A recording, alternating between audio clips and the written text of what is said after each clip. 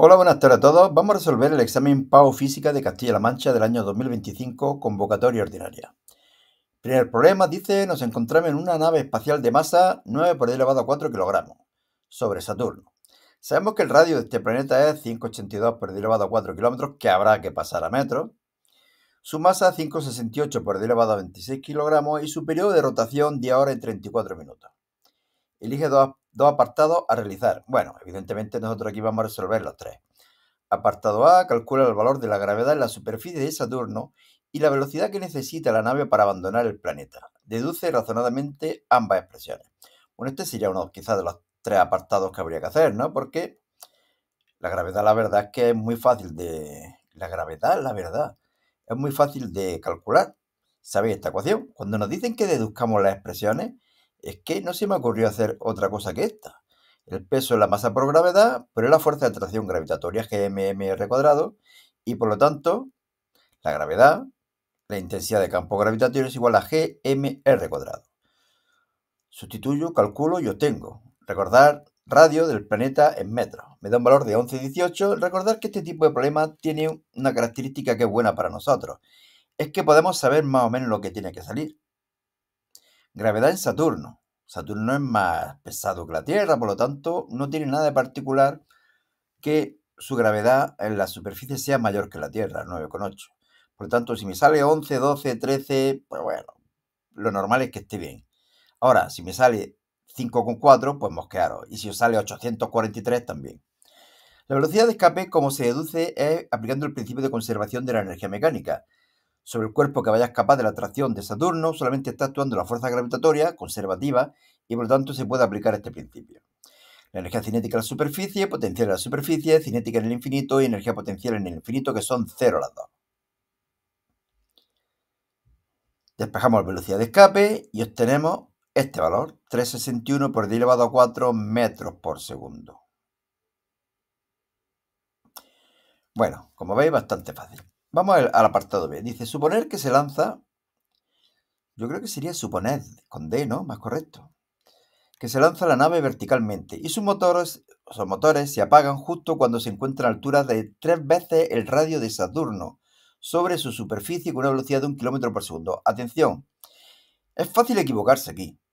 La altura es de 3 veces el radio de Saturno, por lo tanto la distancia hasta el centro de Saturno será 4 veces el radio de Saturno. Y lleva esa velocidad, 1 kilómetro por segundo, y se apagan los motores, y sigue alejándose debido a esa velocidad. Y nos piden que calculemos a qué altura, en kilómetros, se parará antes de volver a caer sobre Saturno. Es decir, se va parando, llega un momento en que se para y ¡bum! Para abajo otra vez. Bueno, pues aquí lo que voy a hacer es también aplicar el principio de conservación de la energía mecánica. Lo que voy a hacer es calcular la energía potencial inicial, la energía cinética inicial, la energía potencial final y la energía cinética final. Y va a haber un dato que no conozco, que es el radio final, distancia final desde donde se para el cohete, la nave, hasta el centro de Saturno. Bien, pues energía potencial, sabéis que es menos gmm partido r, radio inicial, 4 veces el radio de Saturno, lo conozco todo, calculo, obtengo un valor de menos 1,46 por 10 elevado a 13 julios. Energía cinética inicial, cuando para los motores, un medio de mv cuadrado, un medio de mv cuadrado. 4,5 por 10 elevado a 10. Fijaros que siempre la energía cinética siempre es positiva y la energía potencial gravitatoria siempre es negativa. Energía potencial final, pues no conozco R sub F, es decir, radio final, que va a ser la incógnita, pero bueno, hago las operaciones que puedo y obtengo esto de aquí. Energía cinética final cero, puesto que es donde se para y vuelve a caer. Y ahora aplico el principio de conservación de la energía mecánica, potencial más cinética inicial igual a potencial más cinética final. Lo planteo, despejo RF y me da 2,34 por 10 elevado a 8 metros, pero no me piden el radio hasta el centro de Saturno, sino la altura. Por lo tanto, esa distancia tendré que restarle el radio de Saturno. Me da este valor, lo paso a kilómetros y se acabó. Tampoco especialmente complicado. Apartado C. Dice, se quiere lanzar la nave para que orbite alrededor de este planeta de forma geoestacionaria. Lo de geoestacionaria también habría que revisarlo. No estamos en la Tierra. Geo viene de tierra.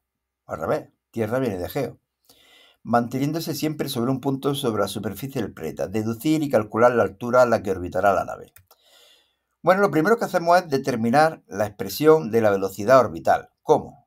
Igualando fuerza de atracción gravitatoria con centrípeta. Y como siempre digo, no hay dos fuerzas, solamente hay una, la gravitatoria, que hace también de fuerza centrípeta. Esta ecuación la conocéis. Pero la velocidad es constante puesto que la órbita es circular. 2π repartido t. Y v cuadrado será esto al cuadrado y esto al cuadrado. Tengo esta ecuación que es muy importante. Me permite calcular en este tipo de problemas el periodo de la órbita, el radio de la órbita, la masa del astro central, en fin, incluso la constante G me la podrían preguntar en algún problema. En este caso lo que me piden es la altura. Por lo tanto, yo voy a calcular R y luego le voy a restar el radio de Saturno. Fijaros que aquí lo único que tengo que hacer es sustituir, calcular y obtener. Tener en cuenta que el periodo hay que ponerlo en segundos. Por eso, si eran 10 días, multiplico por 60 para pasarlo. 10 días, no, 10 horas. Por 60 para pasar los minutos, le sumo los 34 minutos y cuando ya lo tengo en minutos lo multiplico por 60 para pasar los segundos. Me da este valor, 1,12 por 10 elevado a 8, le resto el radio saturniano y obtengo este valor, 5,38 por 10 elevado a 4 kilómetros. Bien, pues los tres no son complicados ninguno. Este quizás un poco más, ¿no? Bueno, este quizás, qué fino me he puesto, quizás sea un poco más difícil. En un espectrómetro de masa, dos partículas cargadas P1 y P2 de masa iguales, 5 por 10 elevado a menos 6 kilogramos, entran en una región donde existe un campo magnético uniforme perpendicular B igual a 0,50 tesla, orientado, según indica la figura, hacia adentro. La cruz siempre indica hacia adentro. Y eso hay que tenerlo en cuenta. A su entrada, las dos partículas tienen la misma velocidad, que es 100 metros por segundo. Una vez dentro, las partículas se separan siguiendo trayectorias semicirculares indicadas, una hacia la izquierda y otra hacia la derecha. Por lo tanto, una va a ser positiva y otra negativa. Ahora tenemos que ver cuál es la positiva y cuál es la negativa. Dice, sabiendo estas dos distancias, que no es el radio, yo me había equivocado en un principio. El radio de esta primera órbita, de esta primera trayectoria, será 5 centímetros y de esta segunda será 20 centímetros. Explicar razonadamente el signo de la carga de cada partícula y determinar el valor de dichas cargas. Bien, en primer lugar, si esto fuera, podemos aplicar el principio, la regla de la mano izquierda. Velocidad hacia arriba, campo magnético hacia adentro, velocidad hacia arriba, campo magnético hacia adentro y fuerza hacia la izquierda si fuera una carga positiva. Por lo tanto, esta carga, la partícula 1, es positiva, mientras que la partícula 2 es negativa. También lo podemos hacer de una forma quizás un poco más complicada. Recordar que la fuerza de Lorentz que ejerce un campo magnético sobre una partícula es igual a Q por el producto vectorial de V por B. Q por el producto vectorial, que sería esto de aquí. Y JK, los tres vectores unitarios. Y ahora la velocidad, como se dirige hacia la parte positiva del eje Y, será 0, 100, 0. Mientras que el campo magnético, fijaros que va hacia adentro, va hacia la parte negativa del eje Z. Aquí tenemos el eje Z, un puntito, por lo tanto la Z va hacia afuera. Como el campo magnético va hacia adentro, sería menos 0,5. Hago esta operación y me queda menos 50 QI, Newton. Este valor negativo indica que la fuerza va hacia la izquierda, como habíamos deducido con la regla de la mano izquierda. Si esta carga fuera negativa, ese menos con este menos iría y me quedaría positivo. Evidentemente, lo que le ocurriría a la partícula 2, que está girando hacia la derecha. Bueno, como veis, esto es un poquitín complicado. Vamos a calcular ahora el radio de curvatura haciendo lo siguiente. La única fuerza que está actuando aquí es la fuerza ejercida por el campo magnético, que también hace de fuerza centrípeta. Fuerza ejercida por el campo magnético cuando el ángulo entre la velocidad y el campo magnético es 90. Bueno, ya sabéis que normalmente es QVB seno de alfa. En este caso, seno de 90. Por lo tanto, si aquí despejo R, me quedaría esta ecuación que supongo que es la que conocéis. En este caso, que me interesa saber el valor absoluto de la carga. Y obtengo un valor de 0,02 coulombios para la primera partícula y de 0,005 coulombios para la segunda partícula. Sabíamos que la primera era positiva y sabíamos que la segunda era negativa. Pues listo, papeles. Un poquitín complicado también este ejercicio. B. Calcular la aceleración debida a la fuerza magnética que actúa sobre cada una de las partículas y determinar el tiempo invertido por las partículas en recorrer su respectiva trayectoria semicircular. Bien, la aceleración tangencial es cero, puesto que el módulo de la velocidad es constante. El módulo, pero está realizando una trayectoria circular. Y por lo tanto, lo que hay es aceleración centrípeta, que como sabéis es igual a v cuadrado partido r. Conozco v, que es 100 metros por segundo, conozco r, conozco v, conozco r. Obtengo estas dos velocidades que tendría que haberlas puesto en un cuadradito verde. Aprovecho para deciros que en este blog, selectividadjosecuenca.blogspot.com, podéis encontrar en formato PDF todos los exámenes que estamos colgando en el canal. Ahí están todos los exámenes en un mismo archivo. Y además tiene la facilidad que es fácil corregir. Yo me meto en el blog, corrijo, subo y se acabó. Mientras que aquí evidentemente no voy a grabar un nuevo vídeo para poner un recuadrito verde. Bueno, estas son las dos aceleraciones, como veis siempre muy altas. Y ahora nos piden calcular también el periodo, el tiempo que tarda en realizar esa trayectoria semicircular. Periodo no, tiempo. Velocidad constante, velocidad igual a espacio partido tiempo. Despejo el tiempo, conozco el espacio y conozco la velocidad. El espacio es media circunferencia, por lo tanto no es 2πr, es πr. Velocidad 100, lo conozco todo, sustituyo, calculo y obtengo esos dos valores de ahí. C. En este experimento se tiene la posibilidad de incluir un campo eléctrico dentro de la parte recuadrada. Especificar el vector campo eléctrico para que las partículas al entrar en el recuadro sigan una trayectoria rectilínea y no se desvíen. Bueno, lo primero que hago es calcular el módulo. La fuerza ejercida por el campo eléctrico tiene que ser igual que la fuerza ejercida por el campo magnético.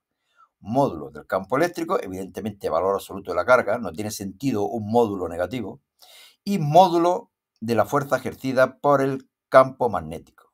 De aquí despejo E, V por B, bien, V por B, 50 newton metros. Pero ahora, ¿hacia dónde está dirigida esa fuerza? Vamos a verlo aquí. ¿Aquí? No, aquí. La carga positiva era esta, la partícula P1. Si se dirige hacia acá, es porque la fuerza está dirigida hacia la izquierda. Por lo tanto, la fuerza ejercida por el campo eléctrico tiene que estar dirigida hacia la derecha. Y las cargas positivas, la fuerza que sufren por el campo eléctrico, tienen el mismo sentido y dirección que el campo eléctrico. Por lo tanto, el campo eléctrico tiene que ir hacia la derecha. Vamos a pensar en la carga en la partícula 2. Sufre una fuerza del campo magnético hacia la derecha. Por lo tanto, la fuerza eléctrica tiene que ser hacia la izquierda. Pero como es una carga negativa, el sentido del campo eléctrico será el contrario, hacia la derecha. Por lo tanto, en los dos casos, como es lógico, el campo eléctrico tiene que ir hacia la derecha y por lo tanto su valor total será 50 I newton por colombio. Aquí viene explicado todo el rollo que he soltado y me voy a esperar unos segundos por si queréis detener el vídeo y leerlo. Bien. Pasamos. Ya. Bueno, óptica geométrica. Suelen ser más fáciles estos problemas. A una distancia de 5 centímetros a la izquierda de una lente divergente, aquí hay 5 centímetros, supongamos, de 10 dioptrías de potencia, por lo tanto lo que he hecho ha sido calcularlo luego. Si la potencia es 10 dioptrías, la distancia focal sería 1 partido 10, 0,1 metro. 0,1 metro son 10 centímetros. Por eso esto está aquí al doble. La distancia focal, el doble. ¿De acuerdo? Se sitúa un objeto de 10 centímetros de altura. Supongamos que esto es 10 centímetros. Elige dos apartados de realizar. Vamos a ver. Primero, realizar un trazado de rayos para localizar la posición. Bueno, rayos que yo voy a dibujar. Ahora os lo explico y en la siguiente página podéis leerlo vosotros. Primer rayo. Paralelo al eje óptico y se desvía en una lente divergente, teniendo en cuenta que se separa del eje óptico, puesto que es divergente, pero su prolongación hacia atrás pasaría por el foco imagen. Segundo rayo, va hacia el foco objeto y al llegar a la lente se desvía, se refracta, pasando a tener una marcha paralela al eje óptico. Tercer rayo, pasa por el centro óptico y no se desvía. Fijaros que estos tres rayos se están separando, por lo tanto no se van a unir nunca, no se van a cruzar. Lo que se cruzan son las prolongaciones hacia atrás. Y aquí se obtiene la imagen, que como veis es menor, derecha y virtual, puesto que se cruzan las prolongaciones y no los rayos. En las lentes divergentes, la imagen siempre es menor, derecha y virtual. Bueno, aquí tenemos la explicación de cómo funciona la lente divergente, como esta. Me espero unos segundos por si queréis detener el vídeo o leerlo mientras estoy aquí contando un rollito. Y paso a la siguiente página. 1, 2, 3. Determinar numéricamente la posición de la imagen, es decir, S', y su tamaño, es decir, I', así como el aumento lateral de este sistema óptico. Bueno, aquí hemos calculado lo que os decía, la distancia focal-imagen, que es menos 10 centímetros, menos 0,1 metros, o lo que es lo mismo, menos 10 centímetros.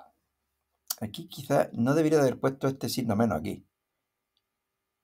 ¿De acuerdo? Es el inverso de la potencia. Lo que pasa es que la potencia me han dicho que es 10 y realmente deberían haber dicho que es menos 10. ¿De acuerdo?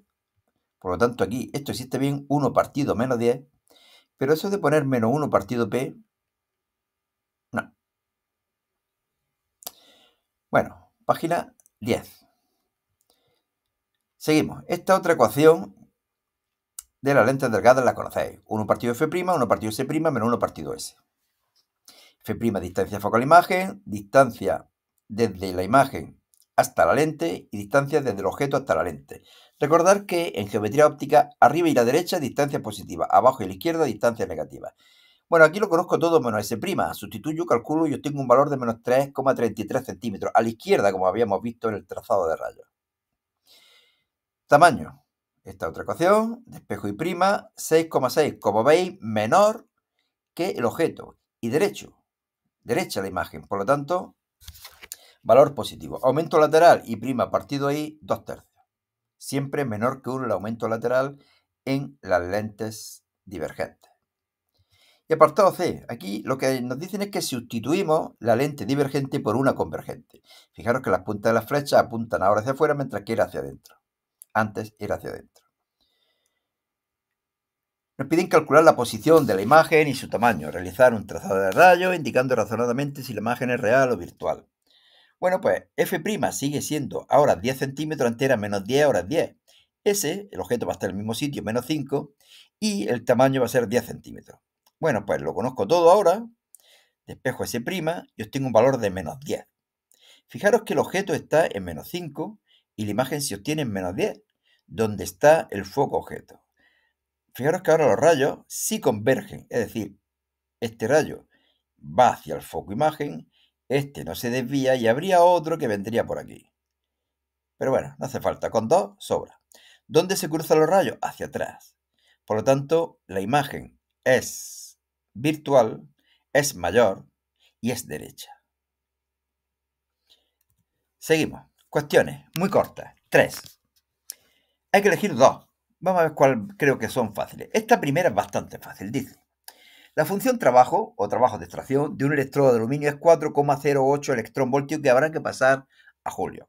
Determinar la frecuencia umbral de este metal para producir el efecto fotoeléctrico y la energía cinética que tendrán los electrones emitidos con una radiación ultravioleta de 250 nanómetros. Bueno, lo primero que hay que hacer es pasar a Julio, multiplicando por el valor absoluto de la carga del electrón. Obtengo este valor. Este es el trabajo de extracción, pero el trabajo de extracción es igual a H por la frecuencia umbral. Despejamos la frecuencia umbral, sustituimos, calculamos y obtenemos un valor de 9,85 por 10 elevado a 14 hercios. Como veis, esta primera parte, chupado. Pero es que la segunda también. Ecuación de Einstein del efecto fotoeléctrico. La energía de los fotones es Hc partido lambda. Trabajo de extracción que lo conocemos y energía cinética que me piden. Despejo la energía cinética, sustituyo, calculo y obtengo 1,43 por 10 elevado a menos 19 julio. Que me dicen que habría que pasarlo a electronvoltios dividido por 1,6 por 10 elevado a menos 19, pero no me lo piden. Así que lo podemos dejar así. Como veis, yo esta la haría sin pestañear. Fácil. La elegiría. Esta no es que sea más difícil, pero bueno, algunas veces se da casi de pasada esta parte del temario. En Andalucía antes no caía nunca, por ejemplo. En otras quizás sí, en otras no. Bueno, dice, dos esferas conductoras de radio 90 centímetros y 45 centímetros, es decir, la mitad, están cargadas de modo que sus superficies están a un potencial respecto del infinito de 10 voltios y 20 voltios. La esfera se encuentra en una zona del espacio y con sus centros separados a gran distancia. Très bien. No hay interacción entre ellas. Calcula la carga que quedará en cada esfera si ambas se unen mediante un conductor de capacidad despreciable. Siempre este tipo de problema es muy típico de esta parte del temario. Digo porque es muy típico, más que típico es que es fácil, que siempre preguntan lo mismo en este tipo de problemas. La carga que va a tener o la carga que se traspasa, o potencial final después de la transferencia de carga. Bueno, V1 es igual a KQR. Calculo Q y me da un valor de 10 elevado a menos 9 coulombios. La segunda carga es 10 elevado a menos 9 coulombios. Es decir, que tenemos dos esferas, una más pequeña que otra, pero con la misma carga.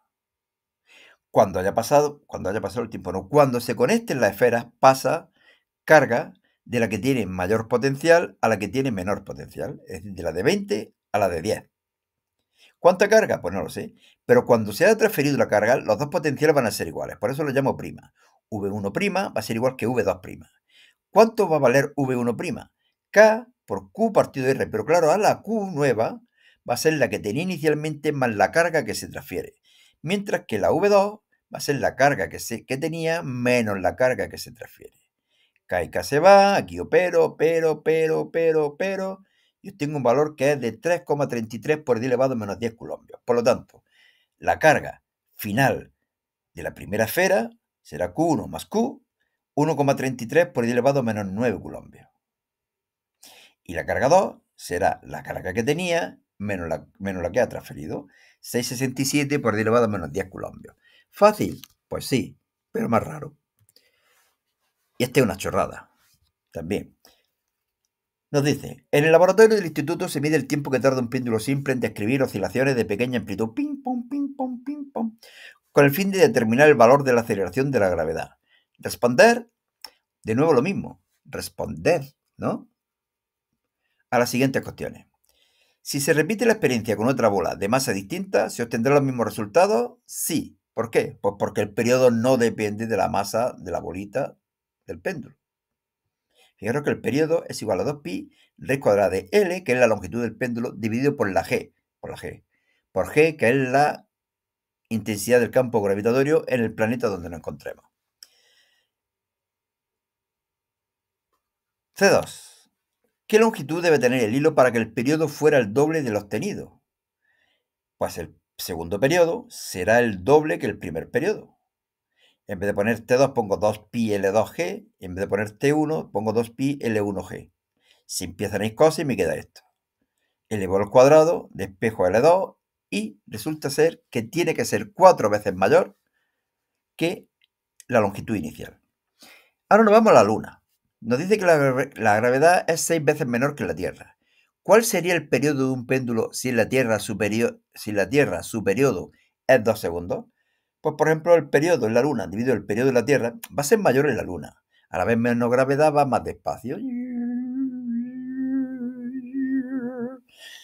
Bueno, pues el periodo de la Luna 2pi Lg, Luna. Periodo de la Tierra 2pi Lg, Tierra. La longitud es la misma. 2pi se va, L y L se va y me queda esto.